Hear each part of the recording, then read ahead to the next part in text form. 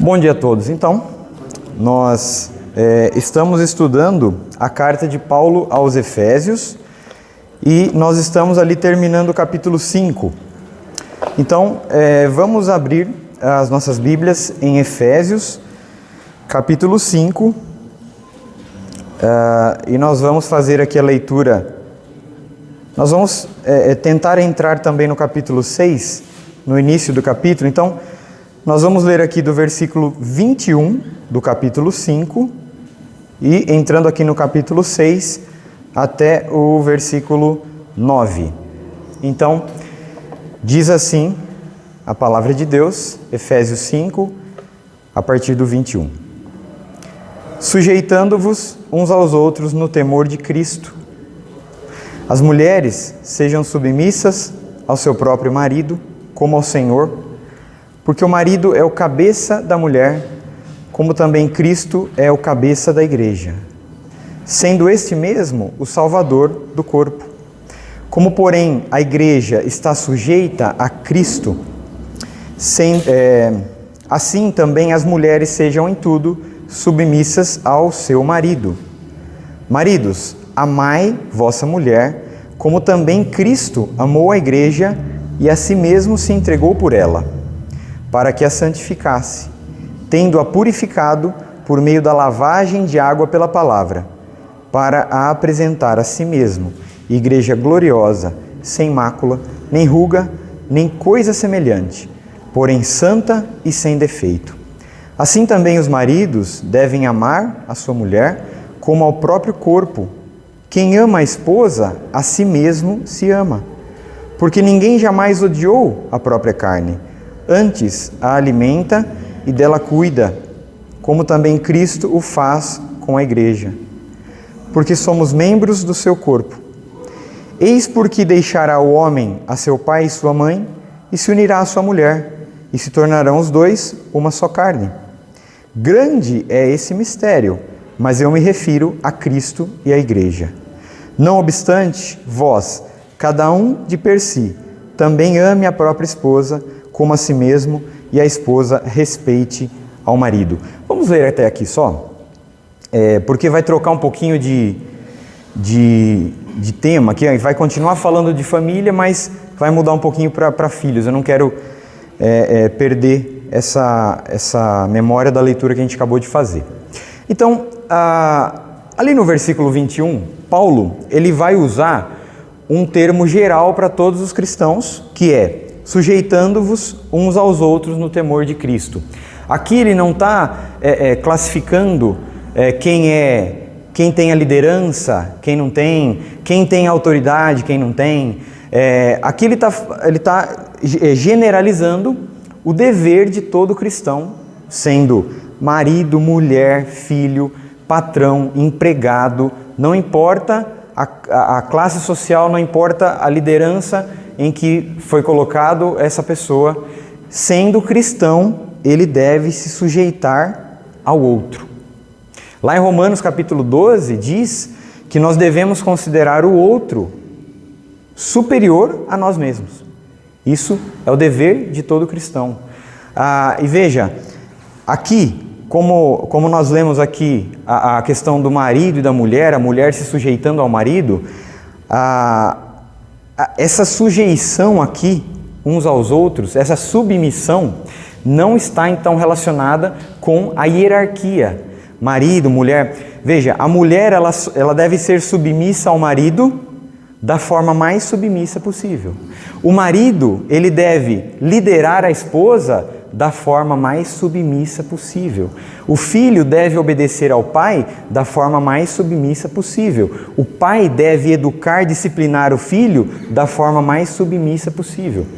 Veja, Cristo, ele liderou os apóstolos e em uma das reuniões ele lavou os pés dos apóstolos, mostrando que não é porque ele estava numa posição acima da deles que ele não agiria em submissão.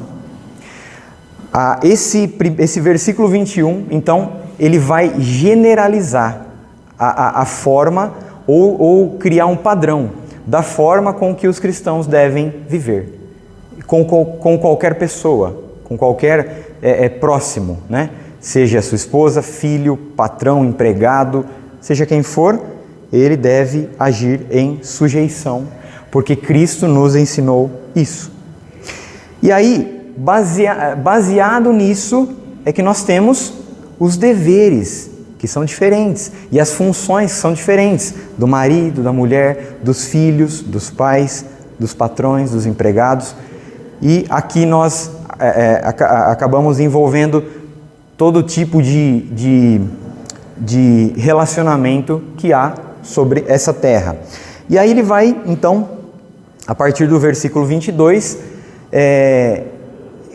classificar e vai destrinchar algumas questões aqui de como as famílias devem viver. Porque se os irmãos estudarem Efésios até aqui, os irmãos vão ver que lá do início Paulo quer trazer à memória, a consciência dos cristãos, que primeiro, eles não eram nada, eles não tinham família sendo gentios, eles foram trazidos à família de Deus, assim como os judeus. Então não há mais distinção entre o gentio e o judeu, ambos chegam à salvação e à fé, a mesma fé, pelo mesmo Senhor, do mesmo modo que através da cruz de Cristo. Até Paulo coloca, a cruz de Cristo, ela derrubou o muro de inimizade que havia entre vocês e os judeus, os cristãos e os gentios, derrubou isso, tornou todos um só povo, têm a mesma fé, o mesmo Senhor, e participam da mesma comunhão. E aí ele vai falar de como então os cristãos devem viver na igreja ou fora da igreja, uns para com os outros. E aqui ele vai entrar na parte da família, realmente da unidade de cada partezinha desse todo, que é a família de Deus, as famílias, né? Como isso deve acontecer lá dentro. E aí, um dos trechos mais conhecidos, mas talvez um dos trechos mais complicados de se interpretar, e os irmãos vão ver que não é difícil, mas os casais, os cristãos, eles têm falta de conhecimento do qual é o significado do casamento. E o significado do casamento está aqui, quando Paulo termina dizendo: grande é esse mistério, mas eu me refiro a Cristo e à igreja, né? Então já vou adiantar, o casamento, ele é nada menos do que a imagem do que mais belo aconteceu nessa terra, em toda a história, que é Cristo deixando o Pai para resgatar a igreja, que é a sua noiva, para trazê-la para Ele, santa, sem ruga, sem mácula, para que ambos, Cristo e a igreja, possam viver numa comunhão perfeita, no fim, nos céus, juntamente com Deus, né? Então, o casamento é nada menos do que uma imagem do que Cristo fez com a igreja e de como a igreja tem que viver em relação a Cristo. Veja como a imagem do casamento hoje em dia se perdeu completamente. Virou algo, é repetitivo isso, mas virou algo descartável. Casou, se não der, separa. Veja, aqui Paulo está falando com cristãos, porque ao homem natural, à mulher natural, ao casamento que é realizado fora dessa fé cristã, isso se torna impossível de acontecer. A mulher, por natureza, naturalmente, fora da fé em Cristo, ela não quer de jeito nenhum ser submissa ao marido. E o marido não vai amar a esposa da forma que o pastor colocou, ele usou até, citou Efésios, né? Que é o texto que a gente está estudando, que tem que entrar na frente da bala. Isso só é possível para um casal cristão. E aí eu já adianto, né, a questão do problema de você contrair, das pessoas contraírem um matrimônio com o cônjuge não cristão, não participante da mesma fé. Vai haver uma dificuldade tremenda, porque naturalmente isso aqui que Paulo está ensinando é impossível. Naturalmente é impossível. E eu falo e garanto aos irmãos que é impossível, porque o pecado, ele degenerou todas as áreas do ser humano, seja a sua mente, sua consciência, seu corpo, sua carne, tudo foi corrompido. E naturalmente não é possível. Aqui, Paulo dá um sentido espiritual para o casamento, que seria o sentido mais sublime que ele tem, né? Não a parte carnal, não a parte de satisfazer os desejos um do outro carnais, nada disso, mas ele está dando o significado ou o sentido espiritual do casamento. E no homem natural o espírito está morto, ele está morto, né? E isso não é possível, mas ao cristão, sim. Pegar o ganchinho do que o pastor falou, é possível a perfeição nisso? Aqui nessa terra? Não, mas sempre tenho dito isso, né? A busca pela perfeição, ela é possível. A busca pela perfeição disso aqui é possível.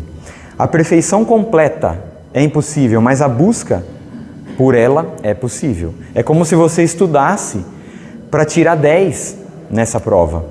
Você vai estudar para tirar 10. É possível estudar. É possível tirar 10 redondo? É impossível.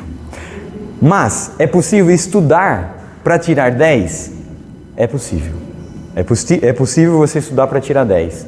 Se você vai tirar 10, é outra história, mas é possível estudar, é possível buscar. E aí, veja, o padrão que é colocado para o homem e para a mulher é o padrão de Deus. É o padrão da relação entre Cristo e a igreja. Veja, não é um padrão baixo. Paulo não usa qualquer tipo, ele não vai fazer uma analogia, ou vai falar, olha para essa imagem, vocês têm que viver assim. Ele não encontra nada na terra que seja plausível do homem e da mulher olhar e falar, eu tenho que seguir isso aqui. Não, ele faz o homem e a mulher olharem para Cristo, para Deus, para Cristo, para a igreja e falar, é assim que vocês têm que viver dentro do casamento. Então, as mulheres sejam submissas ao seu próprio marido como ao Senhor. Olha só, como é impossível ao homem natural. Porque a mulher ela vai ser submissa ao marido cristão como ela é ao Senhor. Então aqui Paulo está tratando de um casal cristão. Assim como a mulher cristã ela é submissa ao Senhor, ela deve ser submissa ao marido. Veja, ele não coloca uma condição, não é colocada uma condição aqui. Seja submissa ao seu marido, se o seu marido agir assim, assim, assim. Seja submissa ao seu marido como ao Senhor.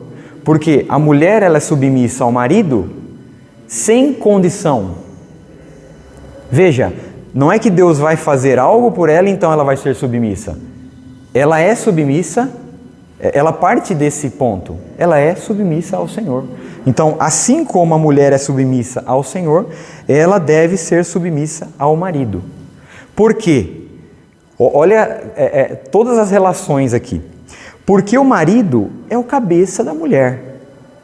Deus instituiu assim. O homem, ele foi criado primeiro. A mulher veio depois. Adão, ele teve que doar uma parte dele para que a mulher viesse à existência.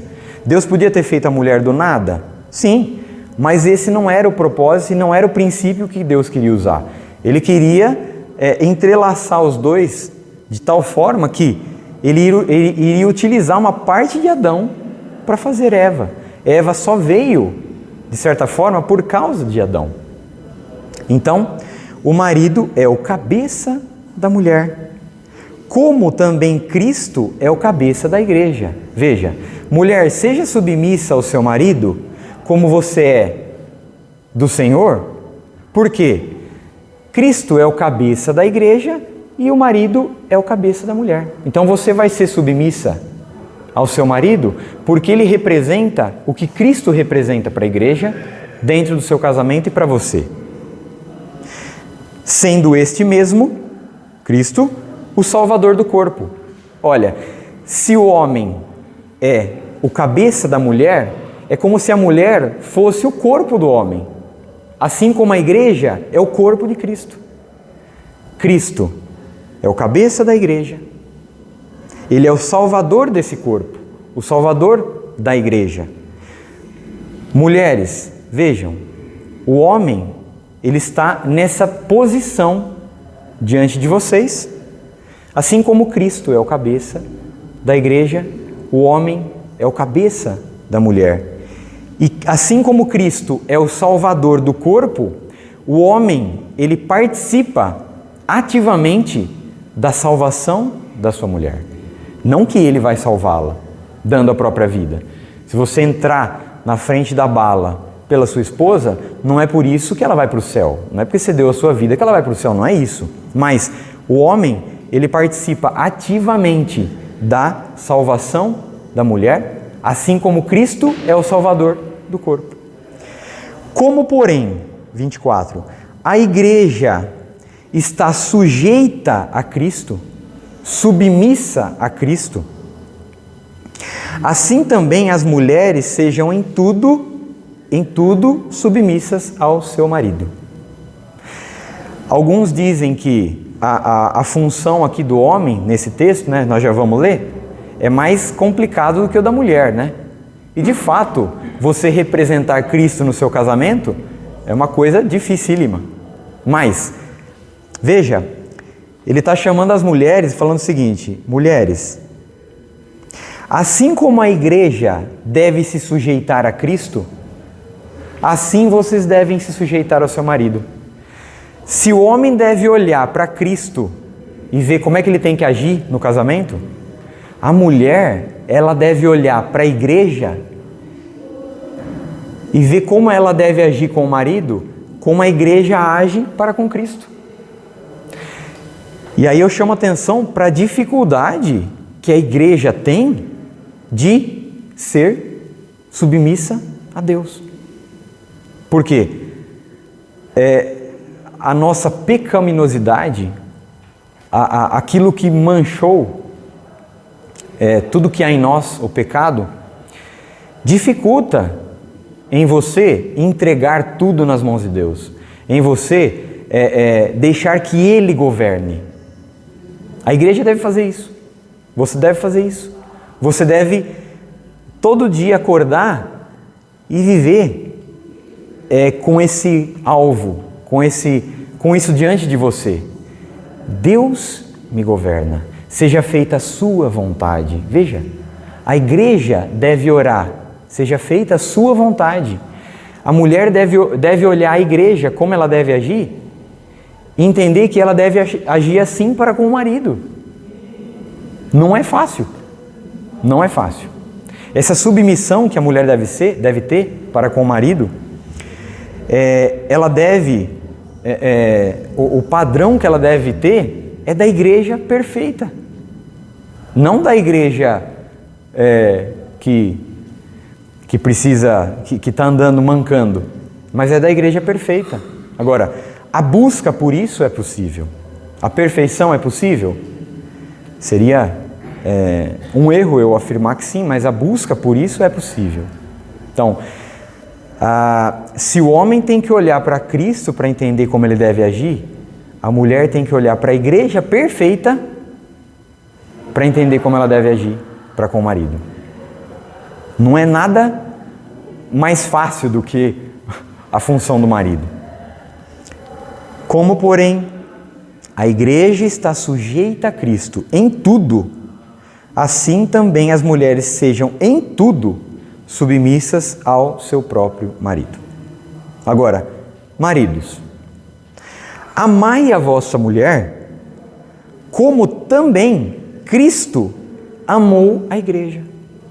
Veja, se a mulher tem que olhar para a igreja, para entender a função dela dentro do casamento, para com o marido deve olhar para Cristo. Veja o padrão aqui. Amai a vossa mulher como também Cristo amou a igreja. Nós, na limitação da nossa carne, com o tanto de conhecimento que nós tivemos de Deus, que Deus nos revelou, você consegue entender, você pode afirmar que você entendeu completamente como Cristo amou a igreja? Não, eu não consigo. Veja que até isso é impossível. É impossível nós entendermos completamente como é que Cristo amou a igreja e se entregou por ela. Mas Paulo está orientando ao marido a amar a esposa com esse amor. Veja como é uma busca. Não é uma coisa que você fala, eu sei como ele amou. Então é só fazer isso. Você não sabe 10% desse amor. Né? Veja como é uma busca. O marido, veja como a perfeição, como o texto de Gênesis 17, né? A perfeição, ela não vem antes e depois você anda. A perfeição vem ao andar, ao caminhar junto com Deus. Por isso que só é possível para um casal cristão isso. Porque o marido vai entender que a própria caminhada dele com Deus vai fazer ele se aperfeiçoar nesse amor para com a esposa. Porque ele vai conhecer cada vez mais o amor que Cristo teve para com a igreja. E a mulher também, à medida que ela caminha, ela entende cada vez mais como é que a igreja deve agir para com Cristo, e ela então vai entender como ela deve agir para com o marido. É por isso que, ano após ano, tem encontro de casal, mês após mês tem encontro de casal, e você consegue esgotar esse tema, esse assunto? E toda vez volta nos mesmos textos. É por quê?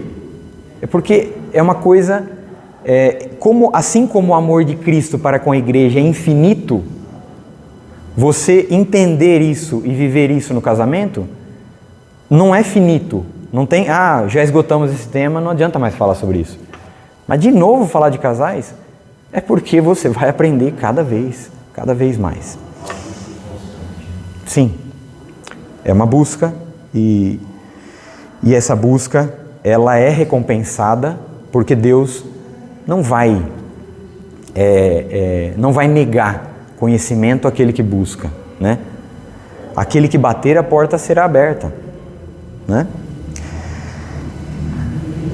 Maridos, amai vossa mulher, como também Cristo amou a igreja e a si mesmo se entregou por ela.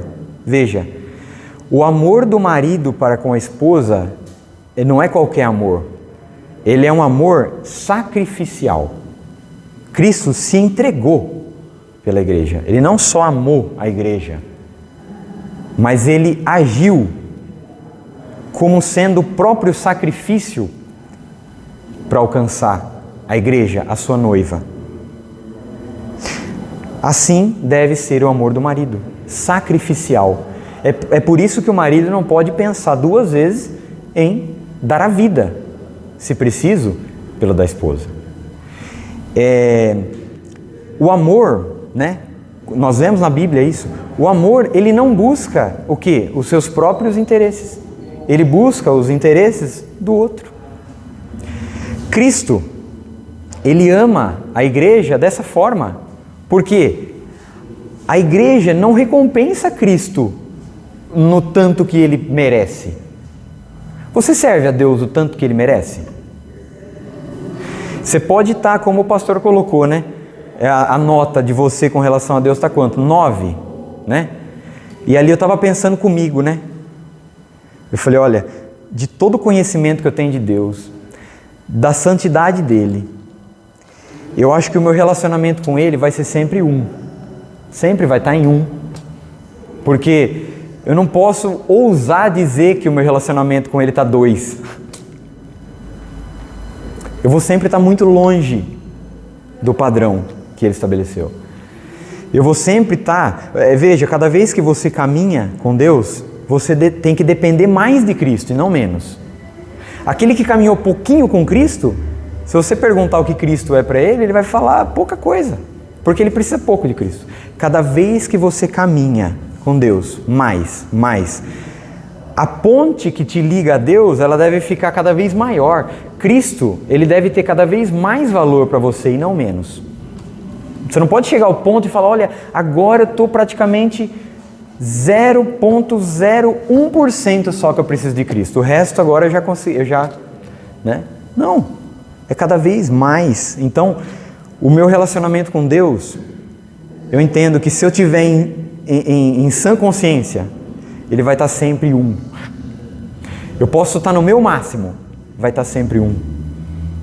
Eu preciso muito ainda. Né? Eu preciso muito ainda. Ou eu preciso muito ainda, não, eu preciso tudo. Eu preciso completamente de Cristo. Sempre. Assim é o amor do marido para com a esposa, um amor sacrificial. Cristo, então, voltando, né? Cristo, ele não ama a igreja porque ele recebe coisas dela. Ele amou primeiro. Ele continua amando sem ela ser perfeita. Veja, assim é o amor do marido para com a esposa. Ele ama não pelo seu próprio interesse, não para que ela faça algo para ele, mas porque ele ama. Assim a esposa, ela é submissa ao marido, não porque ela espera que ele faça algo para ela, mas porque ela deve ser submissa. Assim como a igreja o é de Cristo. E aí Cristo se entregou pela igreja para que a santificasse, tendo-a purificado por meio da lavagem de água pela palavra. Outra questão aqui do amor do marido. Não deve ser só sacrificial, ele deve ser santificador. Porque Cristo se entregou em sacrifício pela igreja para que a santificasse por meio da lavagem pela palavra. Então, o amor do marido para com a esposa deve ser um amor santificador. O que é santificar? É separar. Separar. Cristo, Deus escolheu o seu povo. Cristo buscou esse povo escolhido de Deus. E Deus escolheu esse povo para o santificar. Nós fomos escolhidos para sermos santos, e não o contrário. Nós não fomos santos para sermos escolhidos. Nós fomos escolhidos na nossa devassidão, no nosso pecado, no nosso pior momento, se é que tem melhor e pior momento para o homem natural, ele está constantemente no pior momento. Você, meu irmão, foi escolhido no seu pior momento para ser santificado. Você foi separado. Você foi separado para ser santo. Deus é 3 vezes santo. Ele está numa posição separada de nós. É por isso que o homem não podia ter contato com Deus, não é?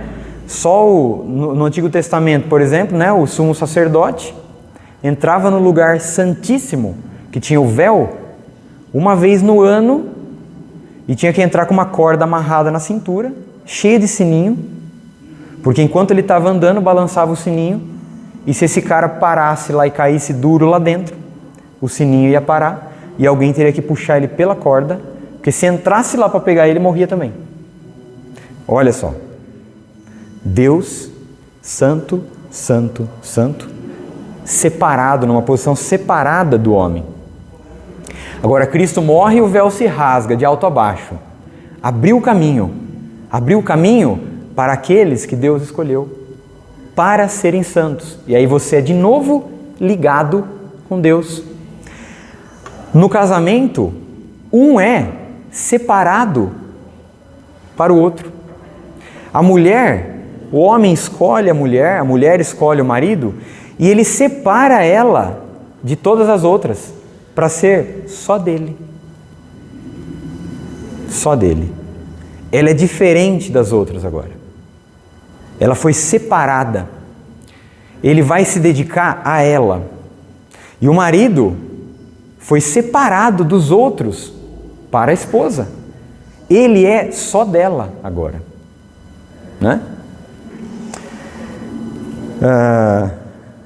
Em algumas mensagens de casais, né? Certa vez eu ouvi que alguém estava conversando com outro, um cristão conversando com um descrente, falou: eu tenho várias mulheres, né? Porque eu gosto de mulher. Você gosta? Tem várias? O outro falou: eu gosto tanto que eu tenho uma só para mim. Você tem tantas, mas não tem nenhuma. Eu tenho uma só para mim, do tanto que eu gosto. Então, o amor do marido para com a esposa, ele é um amor santificador. E é óbvio que santificar não significa só separar, mas ele, como líder espiritual do lar, da casa, ele deve conduzir a esposa nesse caminho de santificação. Assim como Cristo santificou a igreja através do quê? Da palavra, do verbo, que é a palavra de Deus, que é o próprio Cristo. Ele santifica a igreja. O marido, por isso que eu disse que o marido ele tem uma função ativa na salvação da esposa. Ele tem, porque ele conduz isso. Ele conduz através não da palavra dele, mas da palavra de Cristo. Cristo santifica a igreja através da palavra dele, mas o marido santifica a esposa através da palavra de Cristo. É por isso que ele vai olhar para Cristo, né? Não é porque ele está numa posição parecida com a de Cristo dentro do casamento que ele vai falar: não, você vai ser santificado com o que eu falar. Então eu estou mandando você ir lá lavar a louça, você vai lavar a louça. Eu estou te santificando. Não é isso. É a palavra de Cristo. E para quê? Para apresentar, né, a igreja aqui, Cristo santificou, purificou por meio da lavagem de água pela palavra, para apresentar a igreja a si mesmo. Cristo, ele faz isso com a igreja. Veja, qual que é o benefício de Cristo em purificar a igreja? Todo. Qual que é o interesse? É máximo. Por quê? Ele está fazendo isso porque ele é o presente que Deus deu para ele. Quem são as pessoas que Deus escolheu que Cristo veio resgatar? Deus, o que é isso? É um presente de Deus, Pai, para o Filho. É como se Deus, o Pai, estivesse dando uma esposa para o seu filho. É por isso que eu dou um pulinho lá para o 32. Grande é esse mistério, mas eu me refiro a Cristo e a igreja. Veja, Deus deixou o Pai para se unir com a igreja e se tornar uma só carne. O marido deixa o pai e a mãe para se unir com a sua esposa e formar uma só carne. Olha o significado que tem o casamento. É por isso que eu disse que ele é muito conhecido esse trecho, mas pouco compreendido na profundidade que ele deve ser. E não vai ser hoje que você vai compreender totalmente isso aqui, só porque eu estou falando, né? Você vai levar a vida inteira e só vai conhecer perfeitamente o que está escrito aqui depois, né? Quando você de fato estiver totalmente perfeito. Então Cristo fez isso para apresentar a si mesmo igreja gloriosa, sem mácula, nem ruga, nem coisa semelhante a ruga e mácula, porém santa e sem defeito. Então, veja, qual que é o benefício em Cristo agir assim para com a sua igreja? É o presente que o Pai deu para ele. Você acha que ele ama esse presente ou não? Ama muito. A ponto de pegar uma coisa feia, porque você era feio mesmo, irmão. Feio mesmo. O pecado fazia com que... Nossa! Se as pessoas andassem para a rua e mostrassem... Quem escreveu isso foi C.S. Lewis. Ele escreveu isso certa vez. Ou C.S. Lewis ou Martin Lloyd Jones. Eu não lembro qual dos dois, mas foi um desses. Escreveu que se a gente pudesse olhar aí para a rua, colocasse a cara aqui na janela e visse as pessoas passando aí, e elas aparentassem a cara, o corpo, o que é o pecado, você ia fechar essa cortina e não ia sair dessa sala, de tão feio que ia ser. Ia ser uns monstros aí que você nunca viu igual. E você era assim. E Cristo escolheu essa esposa, feia, cheia de ruga, de mancha. Ele escolheu essa. E aí, o que ele faz com ela? Purifica, santifica, limpa, lava. Faz tudo que... E ele tem todo o poder, né? Para fazer isso. E ele vai trazer ela a coisa mais linda possível. É aquela coisa que está lá em Apocalipse, sabe? Vi a cidade santa que descia do céu, ataviada como noiva adornada para o seu esposo. Preparada, né? Vocês já viram... É difícil, eu vou dizer que é impossível você ver uma noiva, né? No dia do casamento, uma noiva feia. Não vê. Porque ela passa o dia inteirinho se preparando, né? Passando as bases lá, tirando tudo que tem, né? E naquele dia, é por isso que o homem lá na frente até chora. Ele até chora, fala, meu Deus, mas será que agora eu vi como que ela é? O duro é que quando acorda no outro dia, né? Que tirou tudo. Mas assim, então é assim. Cristo está fazendo isso. Agora, Cristo prepara a noiva melhor do que qualquer salão de beleza. Pode ter certeza. Você pode passar um mês no spa, né, tratando tudo. Não vai ficar igual o Cristo faz. E aí ele faz por isso, porque é o presente para ele. É o presente dele. Assim também, olha lá, os maridos. Assim também os maridos devem amar sua mulher, como ao próprio corpo. Cristo ama a igreja porque ele é o que dele? É o corpo dele. Ele é o cabeça desse corpo. Ele governa esse corpo. Ele ama porque é dele. Assim também o marido deve amar a sua mulher como ao próprio corpo. Quem ama a esposa, a si mesmo se ama. Veja, não é difícil de entender isso aqui. Por quê? Se o homem entender que a mulher é uma carne com ele, veja, até a questão do próprio pecado do egoísmo, que você vai fazer tudo para você, né? Para a sua carne, para o seu bem-estar. Se o marido entender que a esposa é carne dele, ele vai ser egoísta em relação aos dois, ele vai fazer para ela também, porque é carne dele. Então não é difícil de entender isso aqui. Quem ama a esposa, a si mesmo se ama.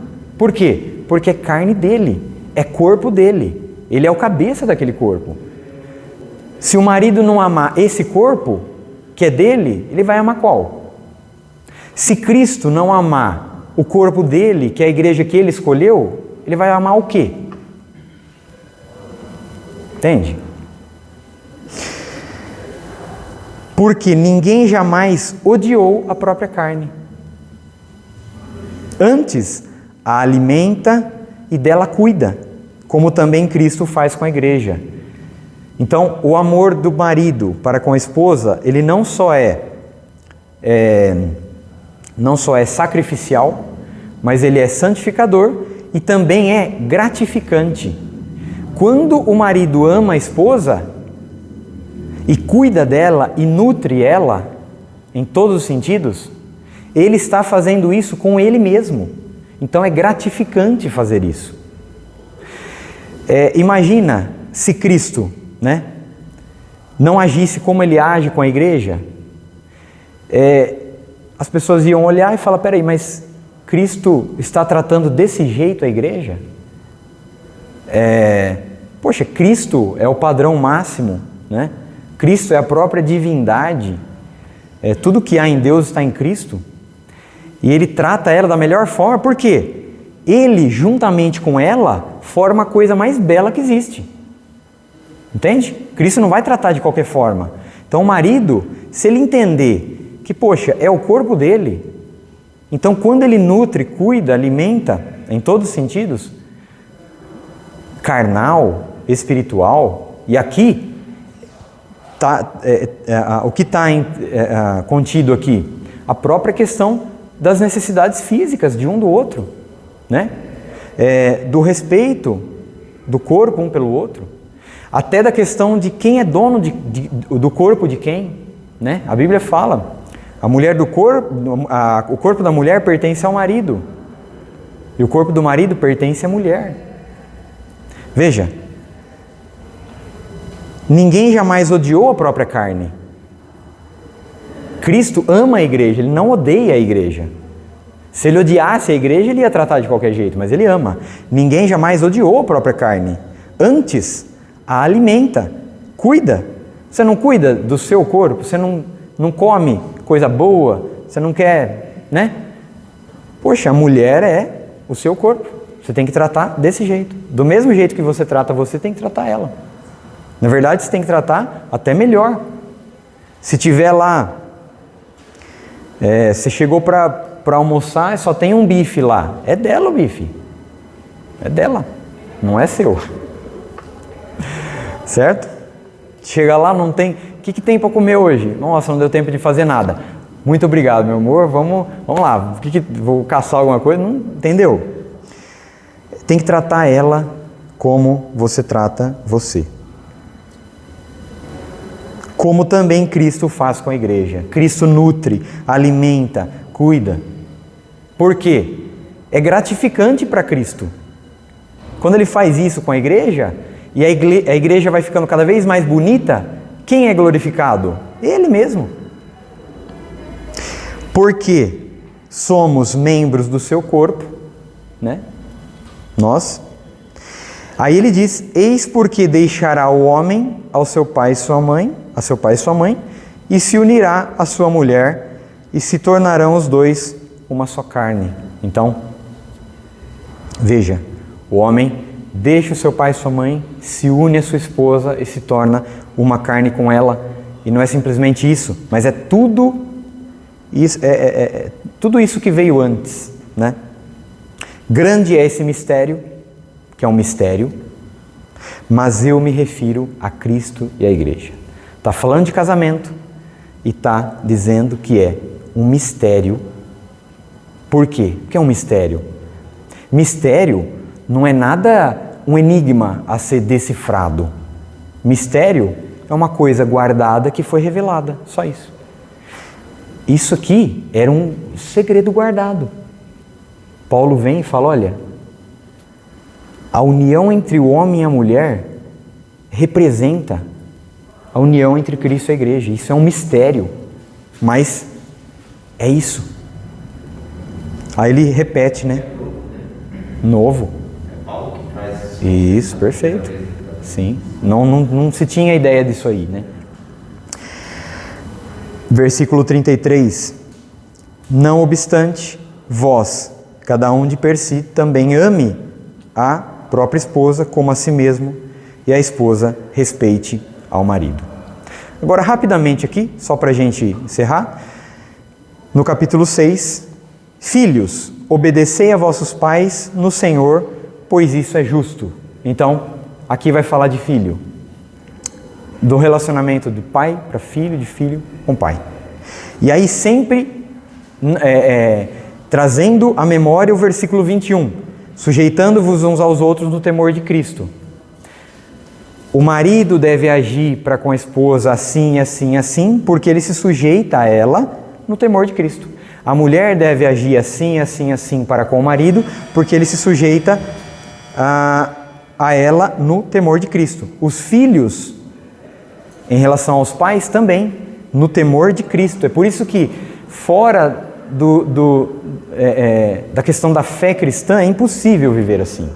Só é possível porque nós temos que entender que Deus instituiu isso. É um padrão, é uma lei, nós temos que seguir. Então, filhos, obedecei a vossos pais no Senhor, pois isso é justo. Justo porque há uma hierarquia. O filho veio depois, não o contrário. É justo.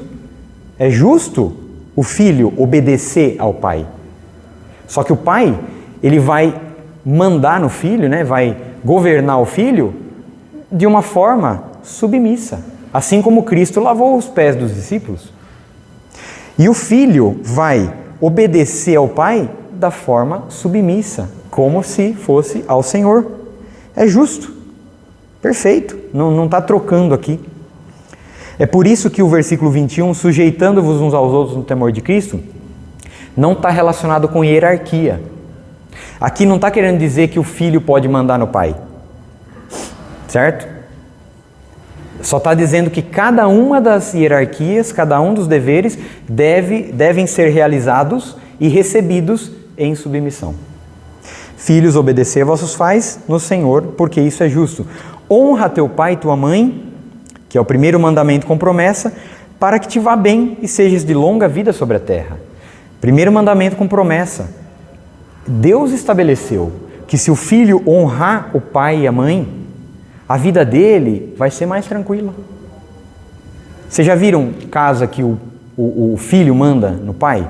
Não tem paz. Não tem alegria. A vida do filho vai ser... O que vai virar?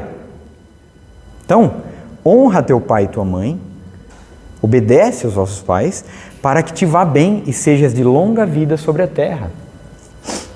Para que a sua vida seja próspera. Para que isso aconteça, você tem que seguir esse princípio de honrar seu pai e sua mãe. Agora, tem o dever do pai. E vós, pais, não provoqueis vossos filhos a ira. Porque tem pai que é truculento, que acha que porque é pai e manda, ele tem que fazer tudo de qualquer jeito. Mas o pai pode errar se ele agir em uma autoridade além da que foi colocada para ele. E se ele fizer isso, ele vai deixar o filho irado. Pais, não provoqueis vossos filhos a ira. Porque se fizer isso, o risco é do filho não honrar o pai e a mãe e não obedecer o pai e a mãe. Aí é o pai que está errando e depois o filho erra em seguida. Agora, pelo contrário, criai-os na disciplina e na admoestação do Senhor. É nutrir, cuidar do filho. Não a autoridade do pai vai se manifestar em ele agir em conformidade com a palavra. Ensinar o filho no caminho, ensinar como o filho deve andar, deve agir. Isso vai criar um ciclo aqui em que o filho vai acabar honrando o pai e a mãe obedecendo.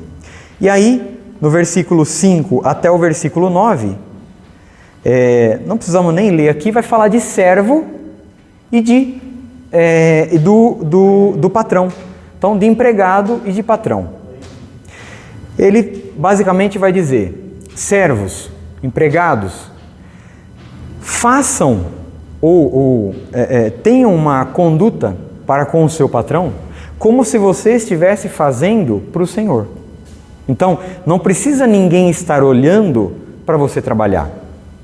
Trabalhe como se fosse para Deus. E Deus está olhando. Então, se não tiver ninguém olhando, eu vou deixar aqui, a hora que chegar alguém vou começar a fazer porque eu quero que eles olhem que eu estou trabalhando. Não, faça como se fosse para o Senhor. Então até ele coloca, obedeça seu Senhor segundo a carne, que não é o seu Senhor espiritual, porque o seu Senhor é Deus, é Cristo.